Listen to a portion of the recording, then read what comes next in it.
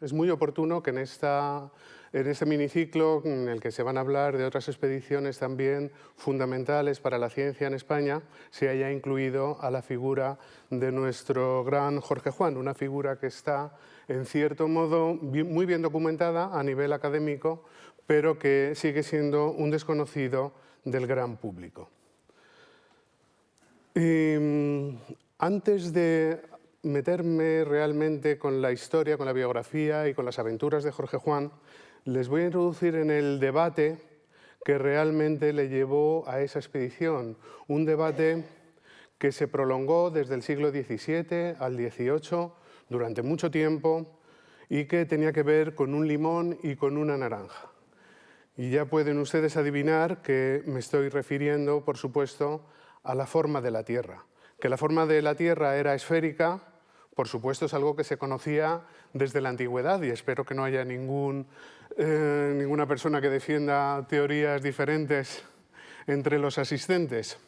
Pero, sin embargo, en el siglo, como les digo, en el siglo XVII, empezó a haber signos, indicios, de que quizás no era perfectamente esférica, sino que podría tener alguna deformación.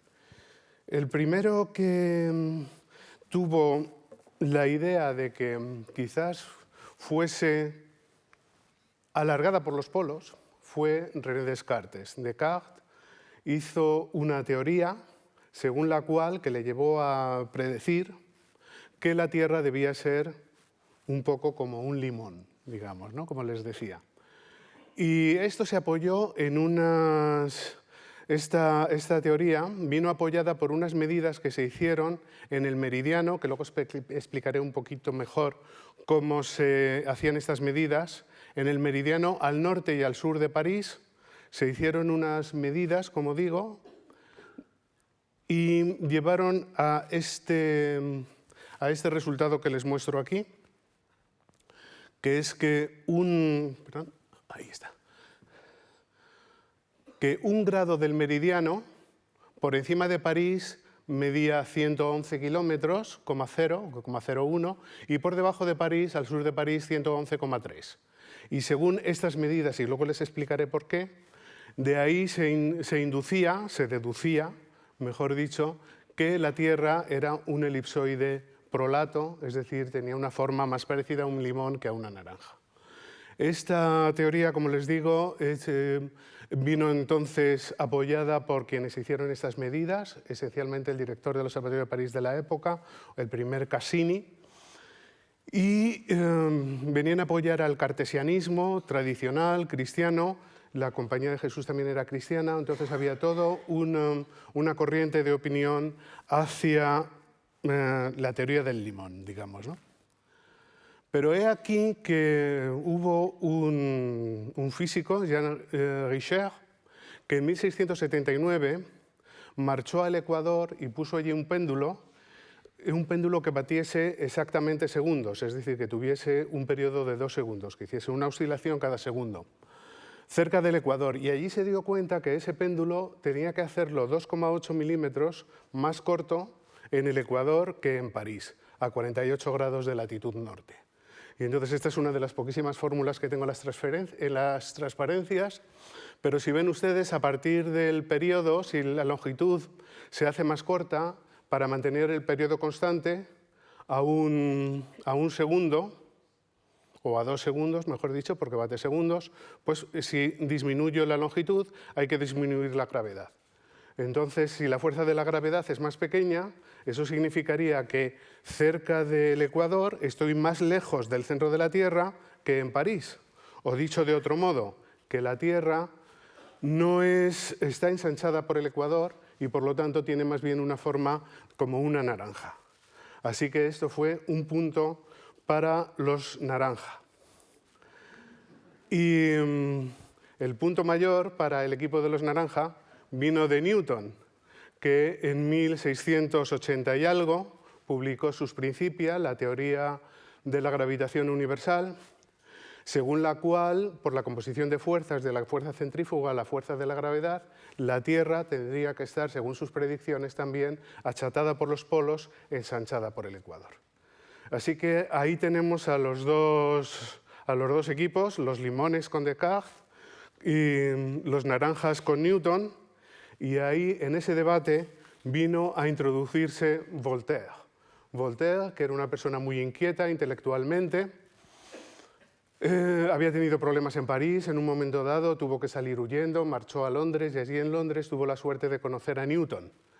Y bueno, cuando oyó esas teorías de Newton y vio que iban en contra de las teorías de los jesuitas y de los cartesianos, etc., inmediatamente se hizo partidario de los newtonianos. Así que Voltaire, aún sin saber mucho de física, empezó a defender muy apasionadamente la teoría de Newton. Voltaire no sabía nada de física, pero quien sí sabía de física era esta señora. Esta señora es la única mujer que les voy a mostrar en la conferencia, pero fue una mujer excepcional. Esta señora estaba en su castillo, la marquesa de Châtelet, cuando Voltaire volvió a Francia. Pasó una temporada en ese castillo, invitado por el marqués no estaba en el castillo, así que tuvieron una relación íntima, Voltaire y la marquesa de Châtelet, y esta señora sí que había estudiado matemáticas y sabía muchísimo de física y de matemáticas. Entonces, cuando Voltaire le hablaba de Newton, ella se puso a traducir al francés los Principia, la obra magna de Newton. Le llevó 8 o 9 años en traducir la obra, que la fue traduciendo poco a poco y publicando la traducción al francés poco a poco, y luego se publicó íntegramente en 1759, 10 años después de haber muerto de posparto. Y en esa traducción al francés, que va precedida por un prólogo muy entusiasta del propio Voltaire, ha sido la mejor traducción de la obra de Newton en francés hasta bien entrado el siglo XX. O sea que Émilie de Châtelet sí que estaba convencida con argumentos y tenía argumentos sólidos para defender la figura de Newton. Así que bueno, aquí estamos con las dos teorías, el elipsoide de Cassini o de Descartes y el elipsoide de Newton. Entonces, ¿cómo se puede uno, haciendo medidas desde la Tierra, desde la superficie de la Tierra, saber si la forma es como un limón o como una naranja?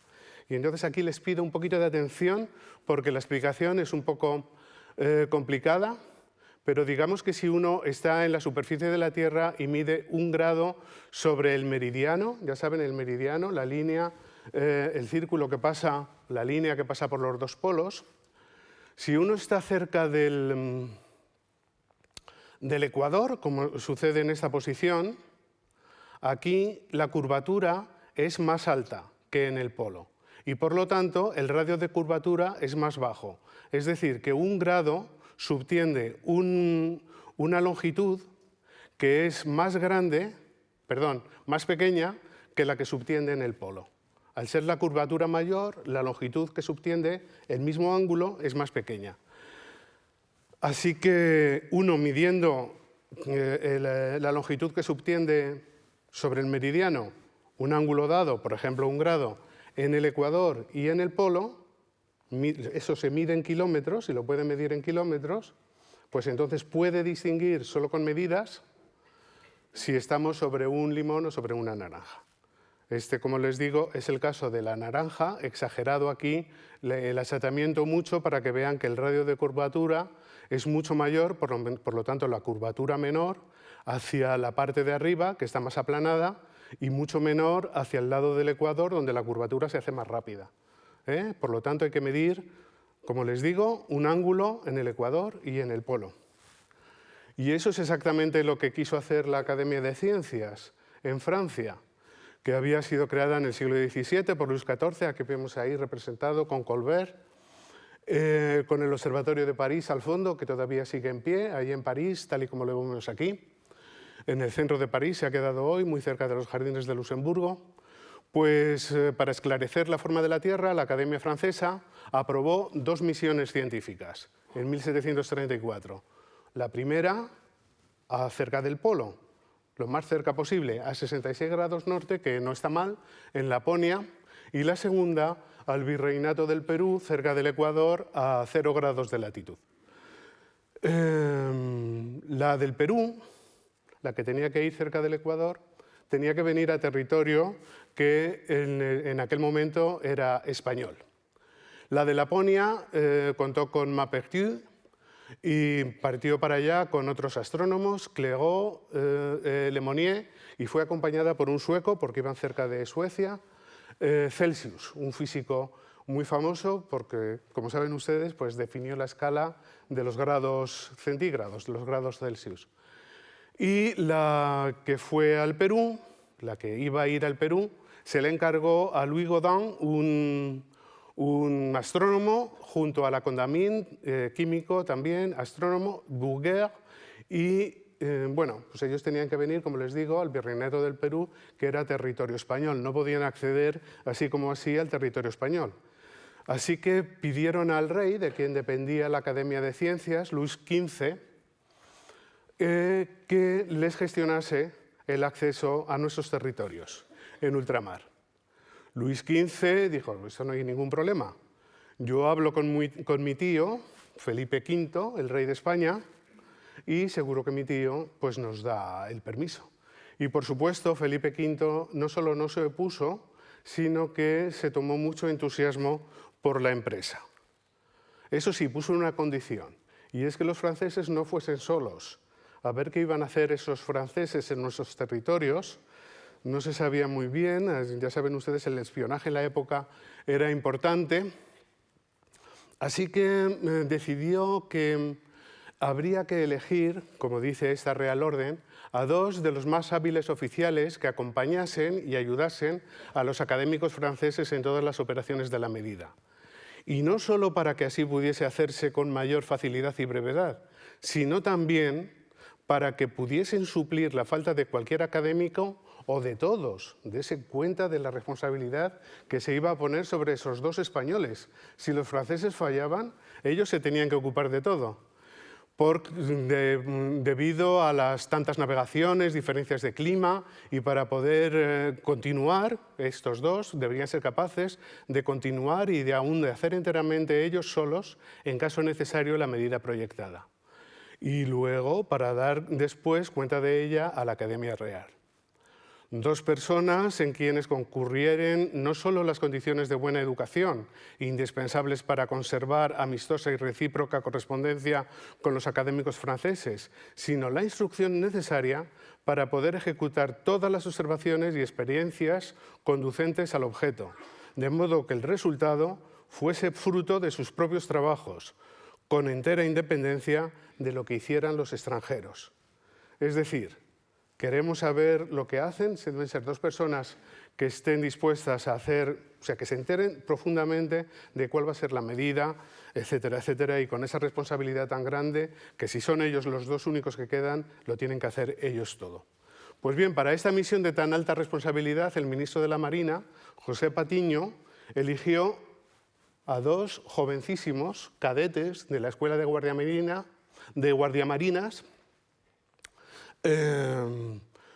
muy capaces, pero muy jóvenes. Tenían tan solo 19 y 21 años de edad. Y para la misión fueron ascendidos inmediatamente al grado de teniente de navío. Uno era matemático y el otro era un naturalista. Uno era nuestro Jorge Juan, como habrán adivinado, y el otro era Antonio de Ulloa. Así que nuestros 2 jóvenes intrépidos, de 19 y 21 años, como les digo, zarparon de Cádiz el 26 de mayo de 1735, llegaron a Cartagena de Indias el 7 de julio del mismo año y allí esperaron a los franceses que llegarían el 15 de noviembre. Y se habían embarcado en una expedición que les iba a durar más de 8 años. Nuestros guardiamarinas no lo tuvieron nada fácil. Nada más llegar los franceses los menospreciaron completamente, porque ellos eran sabios, académicos y demás, y estos jóvenes no sabían prácticamente nada de lo que iban a hacer.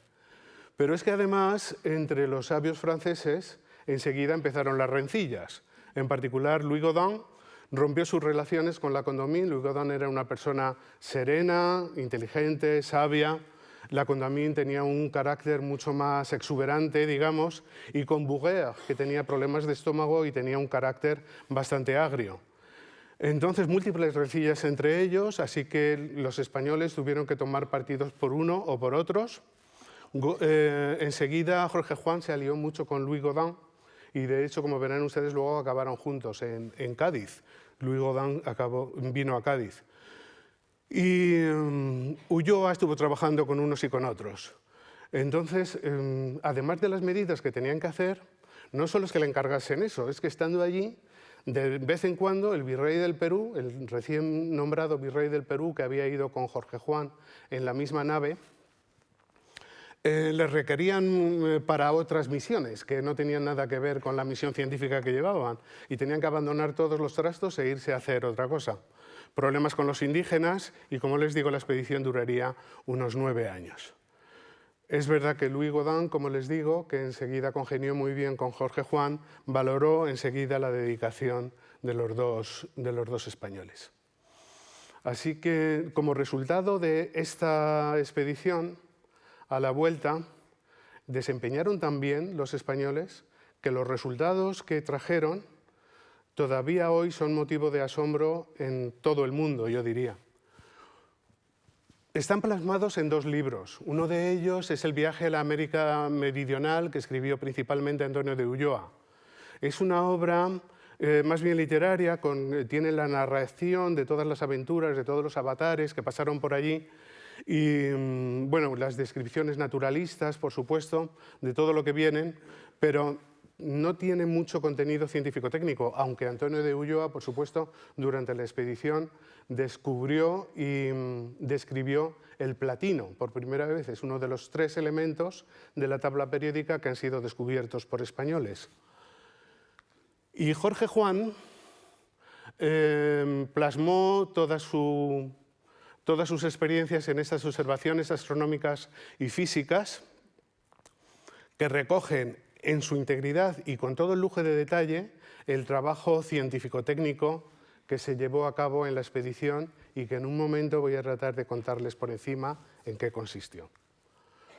Al cabo de 9 años, Jorge Juan regresó en esta fragata Lys a París, bueno, a Brest y de Brest a París, y allí fue agasajado enseguida por los científicos franceses que lo nombraron miembro de la Academia de Ciencias y posteriormente también lo sería de la de Londres, de la Royal Society y de Berlín.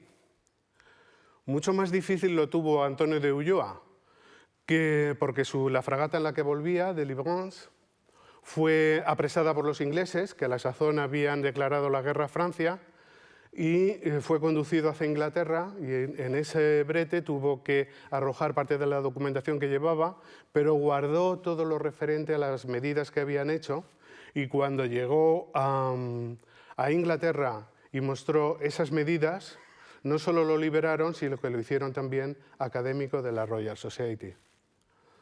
Muy bien, y ahora les voy a contar un poco en qué consistió esta medida. Como les decía antes, consistía en medir un arco de meridiano, un cierto ángulo, que eligieron entre Quito y Cuenca, en el actual Ecuador. Eran unos 350 kilómetros lo que tenían que medir, ¿de acuerdo? Un poco más de 3 grados, contado desde el centro de la Tierra. Pero atención, tenían que hacerlo en los Andes, a una altura promedio de 3.500 metros, y con algunas cumbres que casi alcanzaban los 5.000.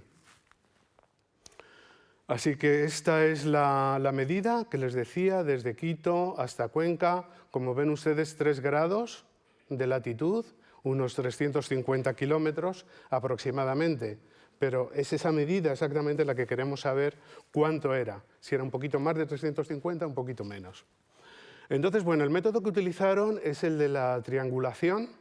Es un método que se sigue utilizando todavía hoy y se utiliza desde la antigüedad porque es un método muy sencillo y muy potente. Consiste en lo siguiente: desen cuenta de la facilidad y de la robustez que tiene este método.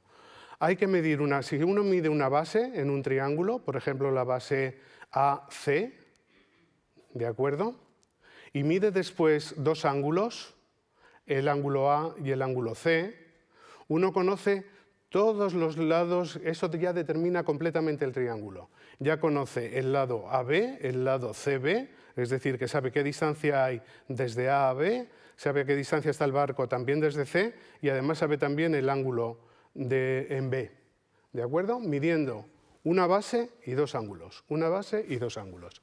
Ahora, eso sí, hay que medir con precisión, porque si uno se equivoca un poquito en la base o en uno de los ángulos, pues ya se va todo al garete.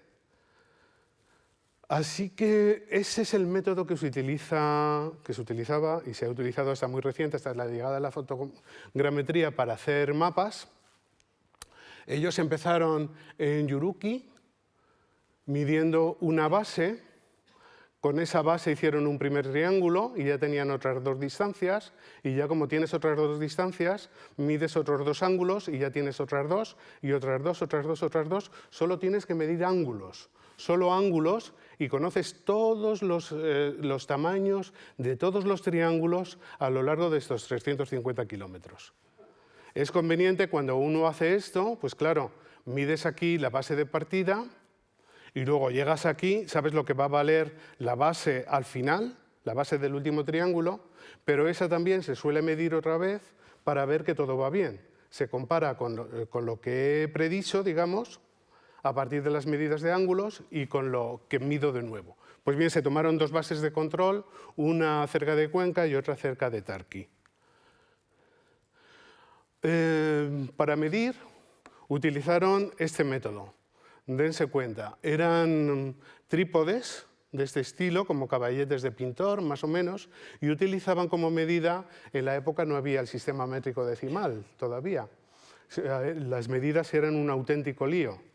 Había toesas y no todas las toesas eran iguales. La toesa que ellos utilizaban era de 1,95 metros de longitud, estaba dividida en 6 pies, un pie 12 pulgadas, una pulgada 12 líneas y una línea 12 puntos. Eso teóricamente se dice muy bien, pero cuando uno trata de llevarlo al patrón de hierro que se había construido en París, esto, como les digo, prácticamente 2 metros, 1,95 metros, y tienes que hacer todas estas divisiones. En la época no había sistemas muy mecanizados para que las divisiones fuesen con muchísima precisión. Luego ya sí que se mecanizaron los sistemas para hacer las divisiones en todos los aparatos de medida con muy alta precisión. Pero en la época, pues bueno, las precisiones eran lo que eran, ¿no? Pues bueno, así con esos caballetes y con unas perchas que se iban midiendo, se iban comparando con el patrón de hierro, pues uno tenía que medir esa base, que se eligió una base de 12 kilómetros, y pues nada, se iban poniendo perchas de 3,3 toesas, es decir, de unos 6 metros, o por ahí cada percha, suspendidas a una altura variable, porque dependía un poco del terreno. Ellos habían elegido una zona aparentemente bastante llana, pero no completamente llana, como se pueden imaginar, sobre 12 kilómetros. Con lo cual, esos 12 kilómetros, esa medida de 12 kilómetros, según uno iba midiendo, iba acumulando un montón de errores y había que hacerlo con muchísimo cuidado. Y es que la llanura pues, tenía inclinaciones, había una quebrada, como les he dicho, las subdivisiones en el patrón no permitían saber exactamente las dimensiones de cada percha, la lectura, dilataciones, contracciones, había que hacer las medidas siempre a la sombra y así empezaron midiendo toesa a toesa, 6.153 toesas, era lo que midieron en estos 12 kilómetros. Al principio muy lentamente, 40 toesas en cada día, a lo último ya multiplicaron la velocidad por 10. Y fue sobre todo Jorge Juan el que adquirió la mayor maestría, digamos, o el que hacía las medidas con mayor cuidado. No obstante, se hicieron dos medidas independientes, la de Jorge Juan con Louis Gaudin, la de Ulloa con el resto de los franceses, y en noviembre de 1736 ya tenían esas medidas y el resultado fue 12 kilómetros, 225 metros, 5243. Es decir, y con una precisión de 10 a la menos 5, es decir, una precisión muy, muy alta, a pesar de todo el laberinto de errores de que les he hablado. Y esto es un dibujo del diario de la Condamine, en el que se muestra la llanura y de Yaruki, como les decía, con el sitio donde se hicieron las medidas. Esa medida, que se había hecho a una altura dada, por supuesto había que referirla al nivel del mar, o sea, porque no, estaban en una cordillera. Para eso, Jorge Juan ideó un sistema utilizando los barómetros de Torricelli y utilizando las diferencias de presión, llegó a convertir las medidas en altura a las medidas a nivel del mar. Y una vez que ya tenemos la base, hay que empezar a medir triángulos y ya medir esos triángulos sobre 350 kilómetros. Así que para estas medidas de triángulos se utilizó un cuarto de círculo, sobre todo, y un anteojo, y un cuadrante. Entonces, este es el cuadrante, el cuarto de círculo que se utilizó y que según son ilustraciones del libro de Jorge Juan, como les digo, comparado con otro que hay en el Museo Naval que posiblemente también fue utilizado por Jorge Juan. Así que con ese instrumento, y les recuerdo que aquí la dificultad nuevamente era grabar las medidas, o sea, las divisiones, para hacerlo con mucha precisión, pues con este instrumento empezaron a medir ángulos de entre un pico, se ponían en un pico, y entonces miraban a otro pico y al otro, y ahí medían esos dos ángulos y así sucesivamente. Entonces es el mismo método que se ha utilizado hasta hace poquísimo. Si se pasean ustedes por nuestro territorio verán estos vértices geodésicos que instalan mis compañeros del Instituto Geográfico Nacional, en los que se situaban teodolitos, instrumentos un poco más precisos que los que utilizó Jorge Juan, pero que son los que sirven también para medir ángulos y construir así el mapa de España. Y si se encuentran con uno de ellos, respétenlo, porque como dice el cartel que tiene debajo, su destrucción está penado por la ley. Bueno, pues estos son los vértices geodésicos. El equivalente allí pues eran estos picos, como ven ustedes. Aquí está el observador y está midiendo hacia allá y hacia allá, ¿no? Pues bien, esto se dice pronto, pero la verdad es que nuestros geodestas no conocían, por supuesto, bien la geografía del país.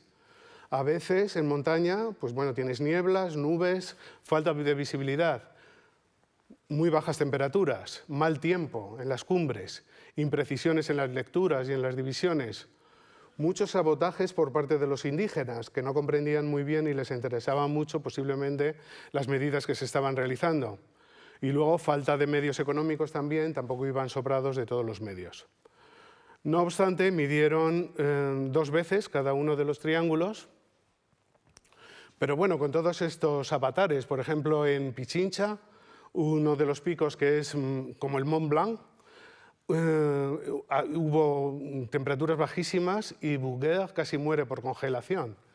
Durante 23 días que estuvieron esperando, hubo muchísimas nubes y al final se tuvieron que bajar sin medidas. En Caraburu fueron los indígenas los que les robaron las tiendas de campaña y les dejaron completamente desprotegidos. En Pamaramarca, el viento y el frío hacen que los indios se marchan corriendo y Godán se despeña y quedó herido. En otro sitio, en Tanlagua, la pendiente es demasiado escarpada y han de subir gateando. Hay nubes después de subir de todo el esfuerzo y se tienen que volver a bajar sin medir. En otro pico, mal tiempo, es Jorge Juan el que se accidenta. En Chichichoco es Ulloa el que cae enfermo y tiene que abandonar las medidas.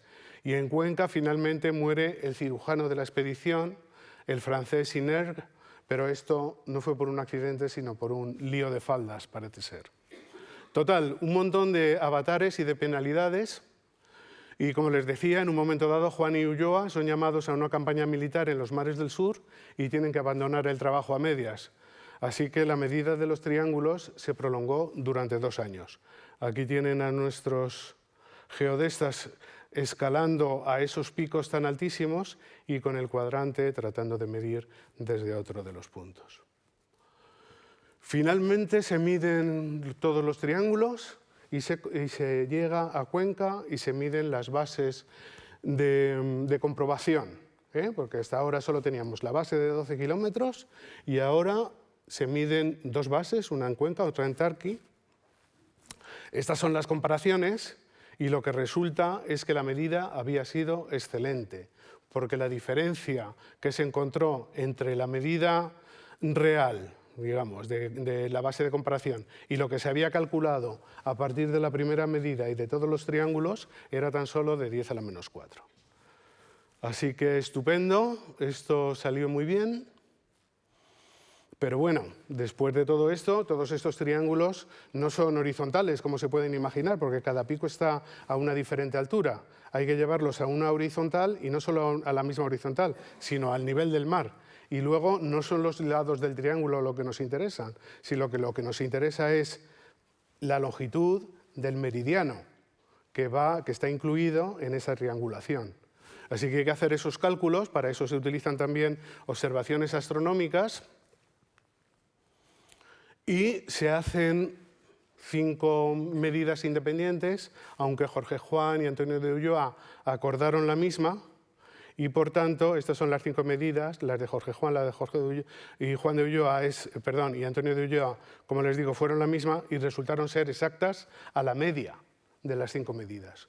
O sea que habían sido las más aproximadas al resultado final. Y este es el resultado final. 1 grado en el Ecuador mide 110,697 kilómetros. 110,697 kilómetros con un error de tan solo 44 metros, unos metros arriba o abajo. Así que es una precisión increíble para la época y un auténtico alarde, yo diría, ¿no? en la medida. Bueno, habíamos dejado a Maupertuis en Laponia, que se iba hacia Laponia. ¿Qué había pasado en Laponia? Pues Maupertuis partió de Dunkerque el 2 de mayo del 36, llegó el 18 de junio a Tornio, en la frontera entre Finlandia y Suecia, y allí estuve midiendo, pero menos de un año, menos de 1 grado, porque le ve que los nuestros en el Ecuador midieron 3 grados. Pues él solo 1 grado, solo una medida, los otros habían hecho 5, y regresó el 9 de junio del 37, es decir, al cabo de un año, con este resultado. 1 grado es igual a 112 kilómetros, es más, en el polo que en el Ecuador. La medida de Jorge Juan y de nuestra gente todavía no estaba disponible, pero sí que había esas medidas que les mostré al principio en el entorno de París, que realmente no eran buenas, no tenían ninguna precisión, no había ninguna diferencia entre el norte y el sur, porque estaba dentro del margen de error, pero sí que se sabía que era en torno a 111 kilómetros. Si esos 111 kilómetros en París y 112 en Laponia, pues Maupertuis concluyó inmediatamente: la Tierra es un elipsoide oblato, es como una naranja. No esperó al resultado de la otra expedición. Este es el sitio donde midió Maupertuis, como les digo, 1 grado, unos 100 kilómetros, en la frontera entre Finlandia y Suecia. Y bueno, Maupertuis, que no debía ser una persona muy modesta, anunció sus resultados a bombo y platillo y los presentó en 1737 a la Academia Francesa, y los publicó en el 38. Y no solo eso, sino que se retrató, como ven ustedes aquí, vestido de lapón y aplastando la tierra con una de las manos. Voltaire estaba exultante y le escribió: «Os felicito, señor, habéis aplastado a la tierra y a Cassini», es decir, a las viejas ideas. Y bueno, nuestro Jorge Juan aún seguiría midiendo durante 7 años en América, hasta 1744.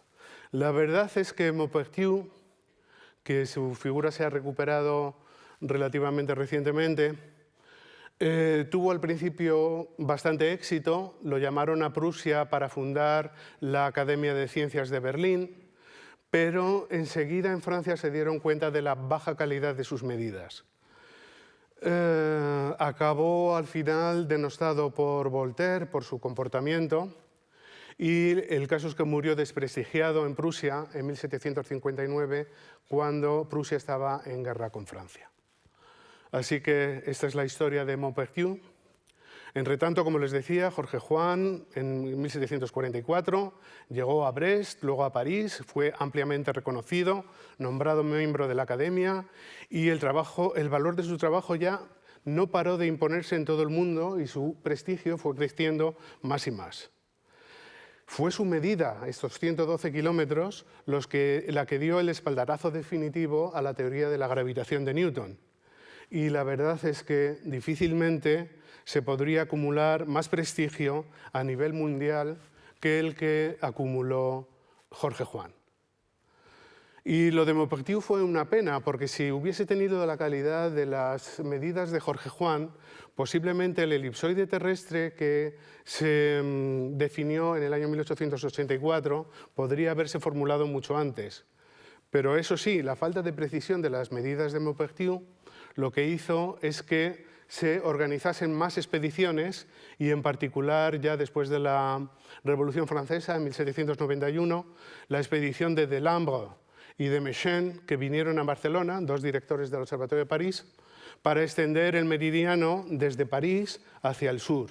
Y esa expedición fue la que sirvió para definir el metro como la 10.000.000ª parte, etcétera, etcétera, que como saben ustedes fue impulsado también por la Revolución Francesa, que quiso hacer que todo fuese muy racional, y sistematizaron todas las medidas, incluso quisieron cambiar el calendario, aunque no lo consiguieron.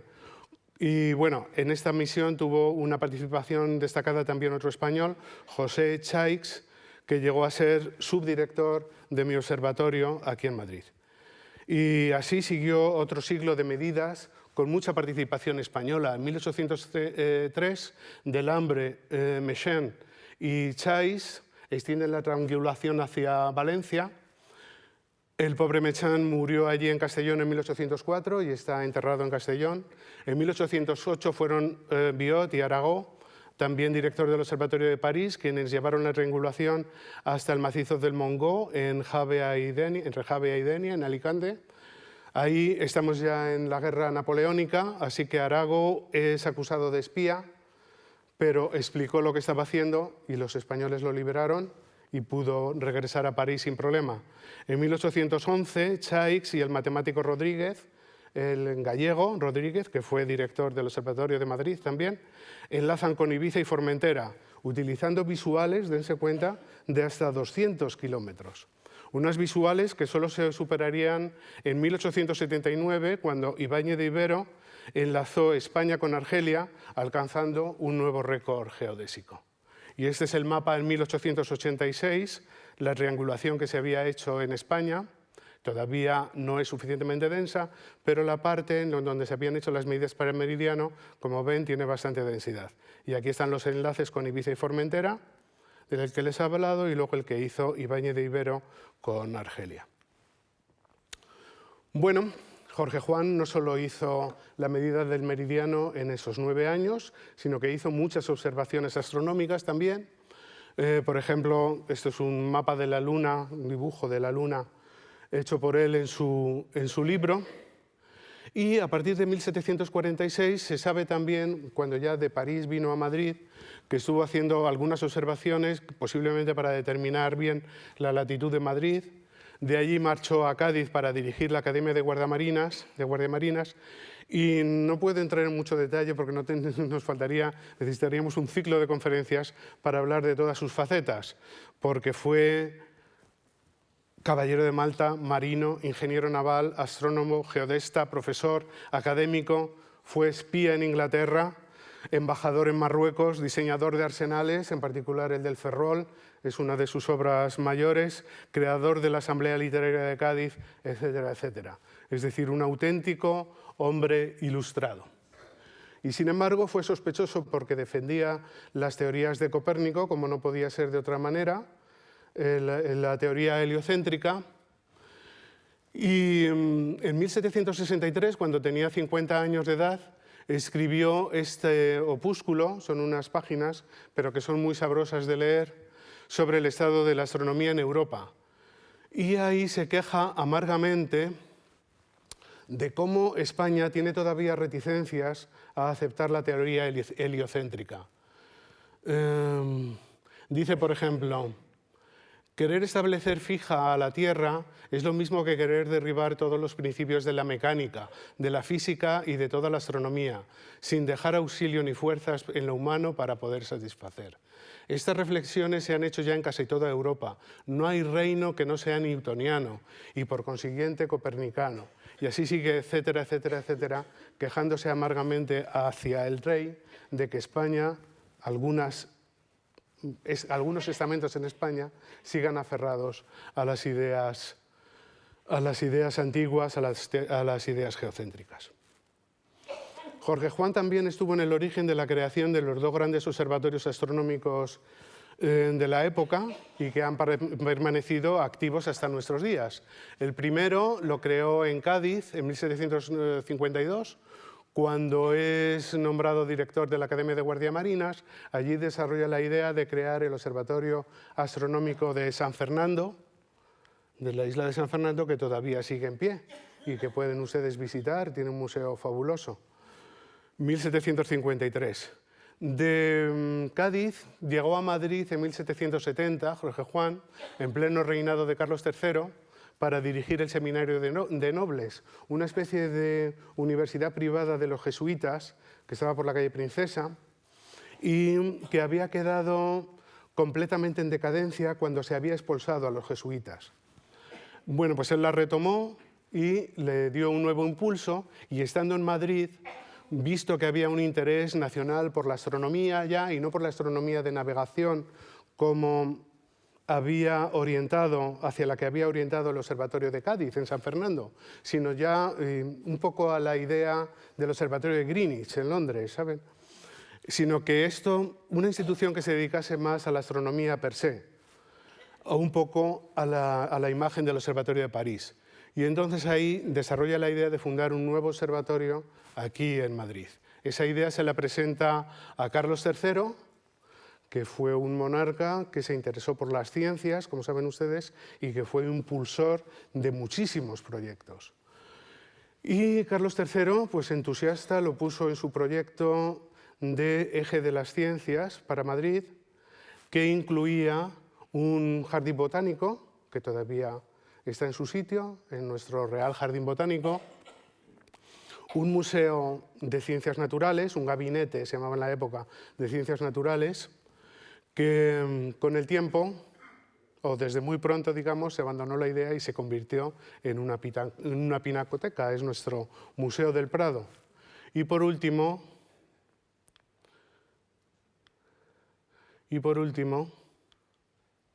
un observatorio que se empezó a construir en 1790 en el Cerrillo de San Blas, aquí al lado, en el Retiro madrileño.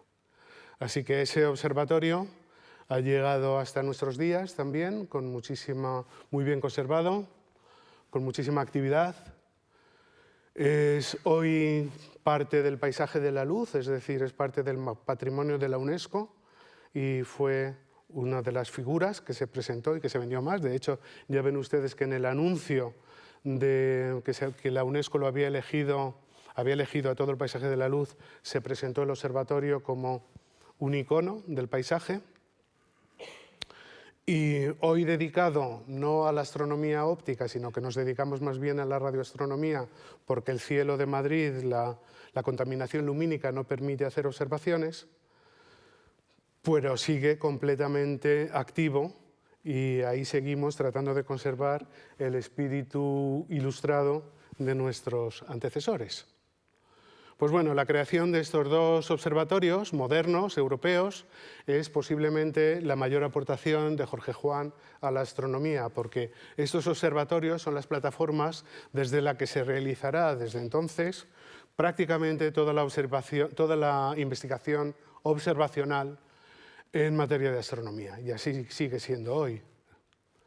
Ahora los observatorios no están en el centro de las ciudades, tenemos los observatorios en nuestro caso pues en sitios alejados, en nuestro caso son radiotelescopios en la provincia de Guadalajara, en Andalucía, en Chile, pero el espíritu sigue ahí.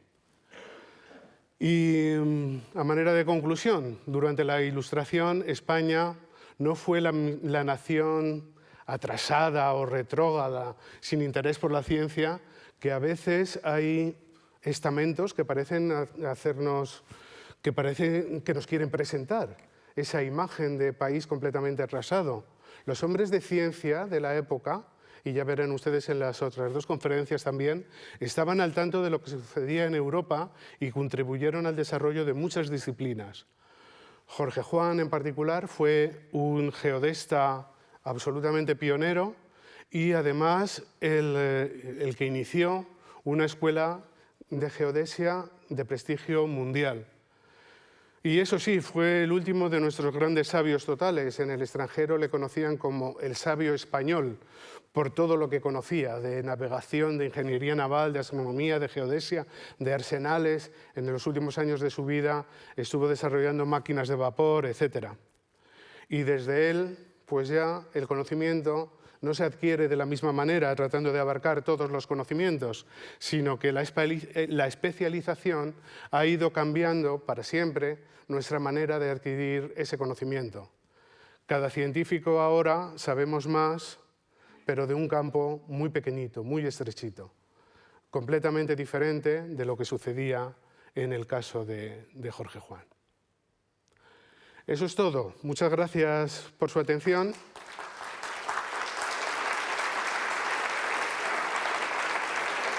Muchas gracias. Y si todavía no han estado, vengan a visitarnos al Real Observatorio, que está aquí al lado, y allí les contaremos muchas otras aventuras científicas poco conocidas de nuestra historia. Muchas gracias.